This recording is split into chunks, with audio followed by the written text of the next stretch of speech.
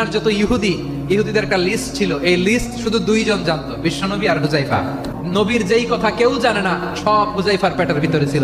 হুজাইফা ইবনুল ইয়ামান বিশ্বনবীর গোয়েন্দা বিভাগের প্রধান, ওনার ছিল ডিটেকটিভ মাইন্ড, এবং উনি হচ্ছেন সাহিবু সিররি রাসূলিল্লাহ, রাসূল সাল্লাল্লাহু আলাইহি ওয়াসাল্লামের গোপন তথ্যের ধারক বাহক। খন্দকের যুদ্ধে প্রচন্ড আজকের মতো শৈত্য প্রবাহ, মাটি খনন করতে করতে সাহাবীদের পেটে ক্ষুধা নাই, দাঁড়াইতে পারে না নামাজের জন্য, এত ক্লান্ত, ক্ষুধা, ক্লান্ত, শ্রান্ত। বিশ্বনবী বললেন, কে আছো? এই কঠিন শীত, এই ভয় আর ক্ষুধার মধ্যেও খন্দকের পরীক্ষার টপকে শত্রু শিবিরে যে আমাকে তথ্য দিবা, কে আছো? কারো গায়ে শক্তিই নাই যে দাঁড়াবে, কেউ দাঁড়ায় না। বিশ্বনবী তখন নিজে হুজাইফাকে ডাক দিলেন, হুজাইফা, যে আমাকে আজকে শত্রু শিবিরের তথ্য এনে দিবে, সে জান্নাতে আমার মোরাফাকা, আমার সঙ্গী হবে।